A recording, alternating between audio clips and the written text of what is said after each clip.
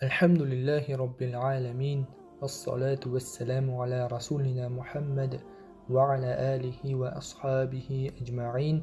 Esselamu aleykum ve rahmetullahi ve berekatuhu. Құрметті бауырлар, Аллах тағаланың қалауымен бүгін иншаалла имам Ғазали рахимахуллахтың еңбегі Айюхал Валад кітабынан дәрістерімізді әрмен қарай жалғастырамыз.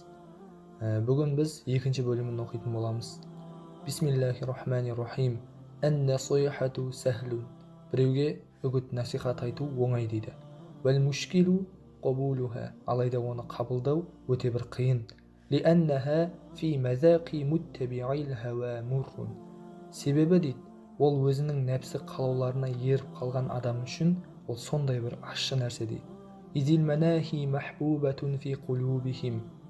Және де Аллах тағаланың тыйған нәрселері олардың жүректеріне сондай бір сүйкімді нәрсе болып қалған. Алал махсус, әсіресе мән кәне талибал илмир ар-расмийи. Әсіресе дейді, дүниелік ілімді алып жатқан шәкірттер үшін ол бір сондай бір сүйкімді нәрсе дейді. Муштағила фадлин нәфс. Олар өзінің нәпсісін қанағаттандыру үшін жұмыс жасайды, шұғылданады. Ва манақибуд дүния. Және де дүниеде бір атақ құмарлық үшін жұмыс жасайды дейді. Фаиннаху, расында ол яхсабу аннал илмал муджаррада лаху василатун. Расында ол былай деп есептейді дейді. Әшейін тек қана ілімнің өзі бір жол дейді. Қандай жол? Саякуну наджатуху ва халасуху фи. Мен соны оқысам болды дейді. Амал жасауды ойламайды, тек оқысам болды, ол мені ертең құтқарады деп ойлайды дейді. وأنه مستغن عن العمل. және де ол амалдың ешқандай қажеті жоқ деп айтады. وهذا اعتقاد الفلاسفة. бұл әсіресе бұлардың ең көбі ол философтардың пікірі дейді. Субханаллахил азим. Субханаллах. لا يعلم هذا القدر. олар мына бір мөлшерді, мына бір нәрсені білмейді дейді. أنه, расында ол حين حصل العلم. ол ілім үйренген кезде إذا لم يعمل به. онымен амал етпесе, такунул худжату алейхи акад. ол өзіне ертең қиямет күні қарсы құжат болады дейді. Кама қала Расулуллах саллаллаху алейхи вассалам. Пайғамбарымыз саллаллаху алейхи вассаламның былай айтқаны секілді дейді. Инна ашаддан нас азабан яумал қияма.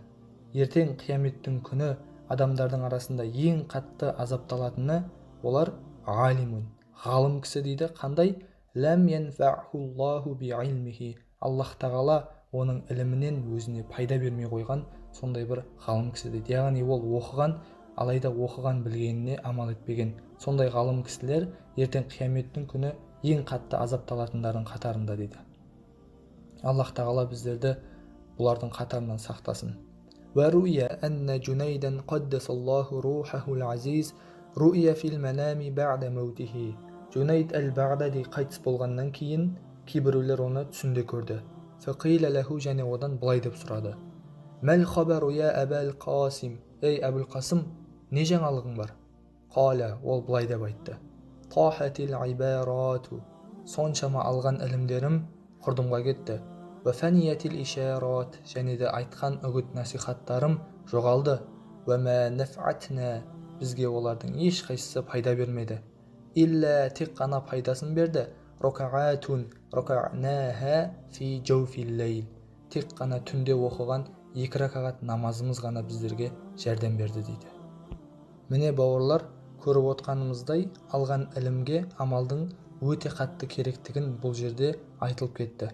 Яғни біз ілім алып болды, осы бізді ертең құтқарады деп алданып қалмауымыз керек.